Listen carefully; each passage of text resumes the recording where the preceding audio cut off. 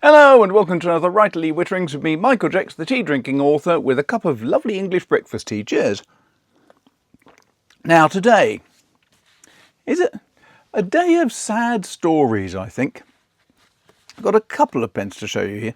I should just say you may be impressed to see that at last I'm back at my standing desk. There's a reason why I haven't been at my standing desk for quite some time, and that is because basically the desk has been full of junk, and it's taken all this time, which is about 9 months, to get around to clearing this little space here so that I can record once more. Why has it taken me so damn long? Well, that's the latest book I've just finished editing. That's I've got to get this right, Piazza Murders, Lethal, those three, Ashes, Pilgrims, and then also Death. So 8 books I've edited so far this year. 8 flaming books. It has been a year of solid, constant work, weekends included. And yeah, it's just been impossible to get things done. So I've left my notes behind. Wait a minute.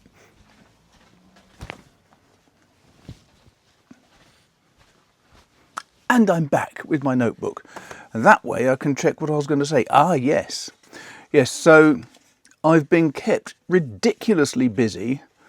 Boldwood have given me a number of things I've got to give them. So, for example, last week I was spending most of my time producing a bunch of little videos that they can use to promote the new book, some mug shots of me with the copy of the new book, writing an article on Sir John Hawkwood, writing an article on the Jacquerie, on King Charles the Bad of Navarre. I've still got to I've got to finish off the Hawkwood thing. I was writing that until 11:30 on Friday and I didn't quite manage to finish it.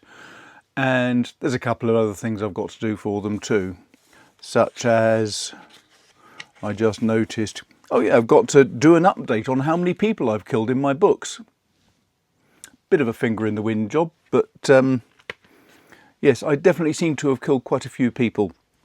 So it's useful keeping a notebook when you're on a meeting with Boldwood Marketing and Sales, because it reminds you before marketing gets back to you and says, by the way, did you forget to do this and this and this? And it's nice to save them that effort of having to send you a note on a Saturday morning saying, had you forgotten to do this? Because, well, yes, I had actually. Anyway, that's not what today is about. Today is about Sheaffer. Now, last week I told you the little story about my letter opening little knife. This is about a gift I bought. Not for me, for my mother. I was told, my mother wasn't backward in coming forward on occasion, but she did pointedly mention a couple of times that my oldest brother Alan, when he got his first salary payment, he spent a large chunk of it on a present for his mother. Probably to compensate for the fact that he was living very cheaply at her address on her food. But the old man didn't mind, and Alan was a good chap. He was very thoughtful like that, and he did buy her a nice present. So when I got my first paycheck, I bought Mother a Sheaffer. Let me show you. Comes in this nice little plastic bag. Just goes to show that the elastic on this little presentation bag is not as good as once it was. So, but it was rather a nice little thing. This was a gift from the early 1980s, and inside was this little pen, and she loved it. It was nice that in those days you used to get these pens rather like, he reaches over to his original gold cross pen, in the same way as this. It was actually quite hard to see where the cap met the pen itself. This was sort of similar.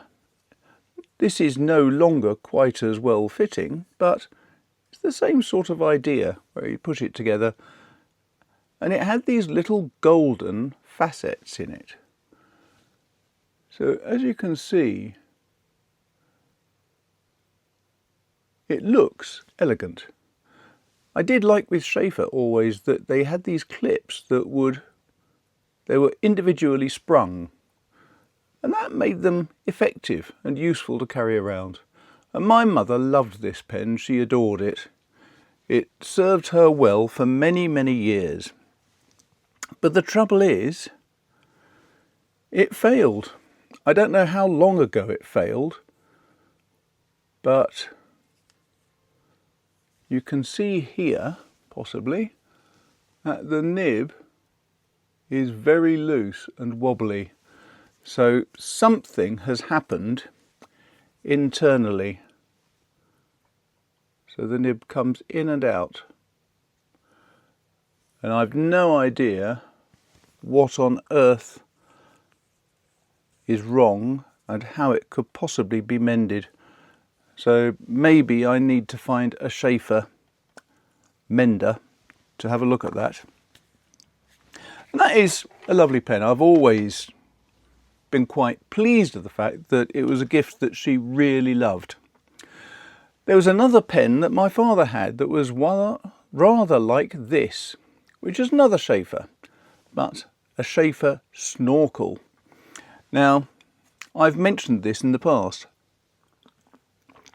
My father was quite pleased with it, but he used to really like another pen that he was given, which was, oddly enough, this was the standard type of pen that anybody in the computer industry or salesman would have back in the 80s, a gold cross pen. Came with a lifetime guarantee, which is probably why the company went slightly tits up and got sold off to a Chinese manufacturing concern. But they were the archetypal pen, and I must admit I like mine because I had a set of the gold pencil, the gold pen, gold biro, and then I got a red pen of the same design, which I used when I started writing as my editing pen. Filled it with red ink, and so I had black ink, red ink, a biro and a pencil, all in the same style. And you can see here that with a very short black top, whereas the cheaper styles didn't have such high quality gold, and they had a bigger black top. Didn't matter whether it was the fountain pen or the biro, they all had the same sort of impact. But they were the pens that everyone used, and the old man was given one by IBM. He used to be data processing manager for the Legal and General, so he had a huge responsibility for computer equipment, programming and everything else. He had a large number of people working for him as general manager at the Legal and General, and unfortunately one thing that he discovered quite early on was a fountain pen was not as efficient as a biro, and he liked efficiency. So he got a biro. You couldn't smudge it, you couldn't make a mess of your hands when you were filling it up. But he did have one of these, which he gave to my brother Keith. And Keith loved it for years until he lost it. And I mentioned that some time ago, and a very kind gentleman gave me this one. A snorkel. Why is it called a snorkel? Well, the idea is you twist this end cap and a snorkel tube comes out, and you dip that tube into your ink and then twist the cap the other way and it sucks ink up. And then as you keep on twisting, the snorkel comes up as well.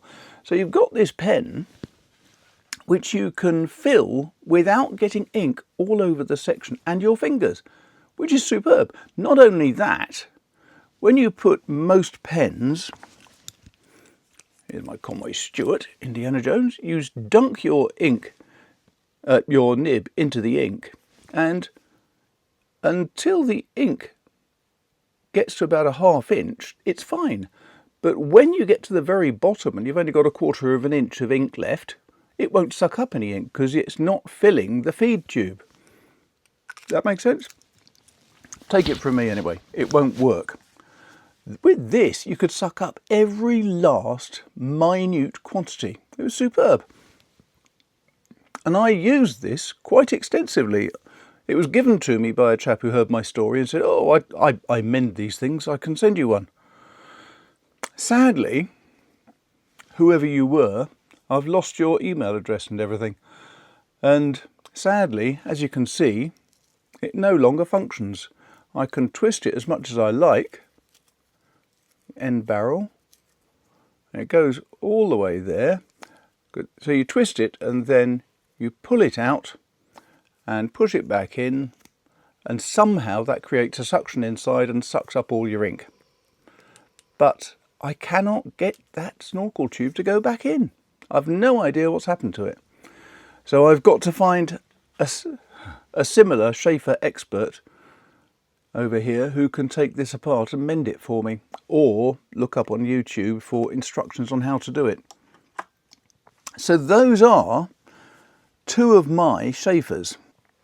Now I have got another Sheaffer pen, which is not immediately to hand, which is a black one that I've similarly made another video of, and which is a rather gorgeous deep black acrylic, and at the time it was really quite cheap.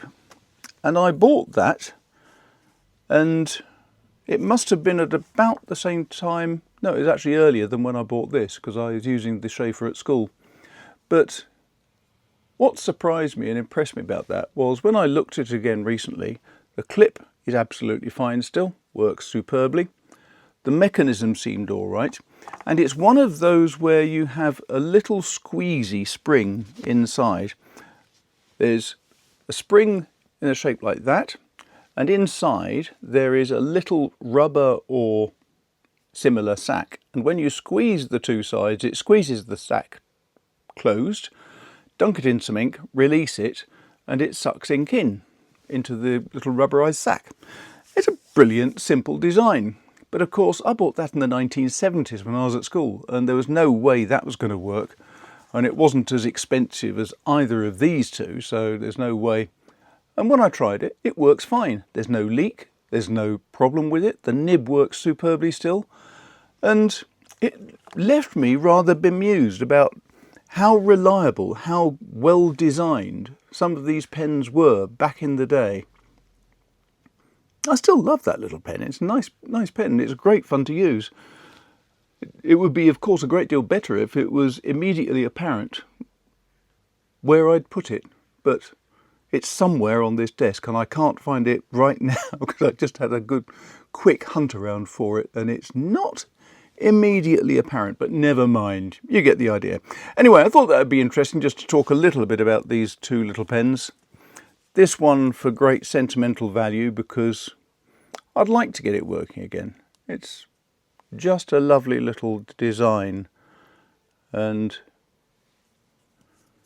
it's just a shame that something internally has got broken, and I really can't see how to get inside to try to mend it.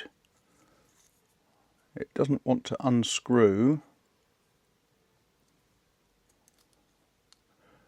I think that's probably what has happened. There's, I think, a screw thread inside that should hold it in place, and the threads have got broken. I think it was probably dropped on its nib at some point, and that's what damaged it. My poor mother never told me about that. She kept absolutely quiet about it because she knew that I was quite proud of the fact that she still used it up until the moment when she stopped, obviously. And in the meantime, this came through, and I must admit, I love it. It's just such a quirky but fabulous design. And being able to pull the snorkel out and then theoretically push it back in again is very appealing. But I don't want to force it because that may well break it. So I've got to see if I can find someone who can mend that as well. Anyway, hope that was interesting. Thanks a lot for watching. If you enjoyed that, don't forget to hit the like and subscribe and the bell. And apart from that, if you want to help support the channel, there's a Patreon link, there's a Buy Me a Coffee link. And the best way of supporting an author is go out and buy a copy of Ashes of Rebellion, which is going to be out on the 19th of September, but you can pre-order it now free of charge, and that means the publishers get ever so happy and excited because people are pre-ordering. Doesn't help me because I don't get any money out of that, but never mind, it's a nice idea, isn't it? Thanks a lot for watching, take care of yourselves, cheers.